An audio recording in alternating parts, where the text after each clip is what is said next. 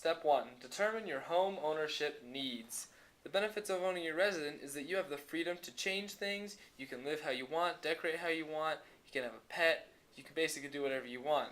The drawbacks though is it's a lot more risky financially, it costs a lot more, and there's a lot more risk in whether it's going to go up in value or down in value.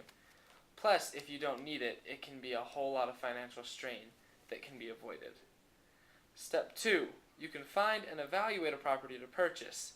You can figure out where it is. Do you want to live in the city? Do you want to live in the suburbs? Do you want to live in the country? You can plan it out for your lifestyle. If you ride the bus a lot, do it by a bus stop. If you don't, then you can live wherever you want. Sometimes it's nice to hire a real estate agent to arrange everything for you so that you don't have to do all that work. It costs money, but it's a lot of work if you do it on your own. You want to make sure you inspect the homes that you go into before you buy them, because if you don't, then you could be saddled with all of these costs for fixing things.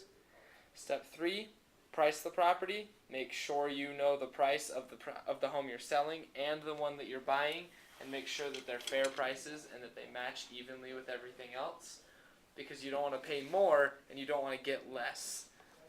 That's pretty simple. Step 4, obtain the financing you need to determine how much you can pay.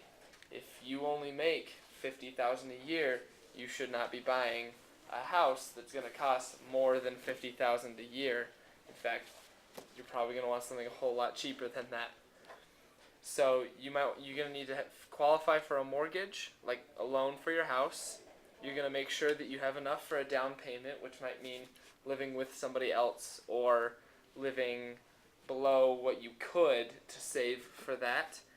And you're going to have to make sure that you know which mortgages do what, so that you know which one's going to be the best for you, the difference between fixed rate and adjustable rate and things like that. Last step is close the transaction. You got to get closing costs, which are the costs you get when you're finalizing everything. You have to make sure that you prepare your home for selling. You're going to want to make it look good. You're going to want to bring a whole lot of people in to see it. And you're going to want to determine a good selling price, something that's low enough that people will actually buy it, but high enough that you're still making a good profit if you can. Making sure that you have a good real estate agent if you haven't already done that, and making sure that you know exactly what you're getting into. And then you just have to buy the house, sell the house, and then you're done. Okay, so our section was on health insurance. Health insurance is a form of protection that eases the financial burden people may experience as a result of illness or injury. So for health insurance, you pay a small fee to the company or employer, and they pay for your medical expenses. It covers medical expense insurance and disability income insurance. There's 3 types of health insurance plans. They are group health insurance, individual health insurance, and COBRA. So with group health insurance, it's typically sponsored by employers. Cost is fairly low because many people are insured under the same policy. It covers you and your immediate family, and they vary in amount of protection provided. Individual health insurance, it can be bought directly from the company of your choice, cover you individually or your family, and can be adapted to meet your personal needs. With COBRA, it stands for Consolidated Omnibus Budget Reconciliation Act of 1986.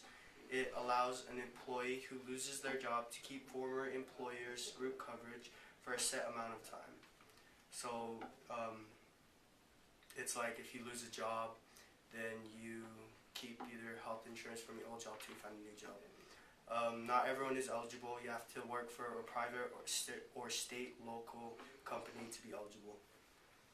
There's 3 different types of health insurance. There is basic health insurance, which includes coverage for hospital expenses, surgical expenses, and physician expenses. There's major medical expenses, pays large costs involved in long hospital stays and multiple surgeries. And there's hospital indemnity policies. It pays for benefits when you're hospitalized, However, it doesn't directly cover your medical costs. There's also dental insurance, vision care, dread disease policies, which play upon unrealistic fears and are legal in many states, and long-term health care insurance. Major provisions in health insurance policies: eligibility, assigned benefits, internal limits, co-payment, service benefits, benefit limits, exclusions, limitations, guaranteed renewable, cancellation, and termination. Okay, so I had 14.2, and some of the things you'll need to know are the Blue Cross and the Blue Shield. The Blue Cross is an insurance company that provides hospital care benefits, and the Blue Shield is an insurance company that provides benefits for surgical and medical services. Every state has both the Blue Cross and the Blue Shield. You'll need to know Health Maintenance Organization. This is a health insurance plan that directly employs or contracts with selected or pre-approved doctors or physicians. Pre-preferred provider organization. This is a group of doctors or hospitals that agree to provide specific medical services to a member at a pre-arranged price and points of service. This is a network of participating doctors and physicians who have contracted to provide service for a certain fee. Home care is one of the fastest growing areas in the healthcare industry. Medicare is a federally funded healthcare insurance program for people over 65. Two parts to Medicare are hospital insurance and medical insurance. Hospital insurance helps pay for your hospital stays, and medical insurance helps pay for any medical assistance you need. Medicaid is a medical assistance program to help people or families with low income.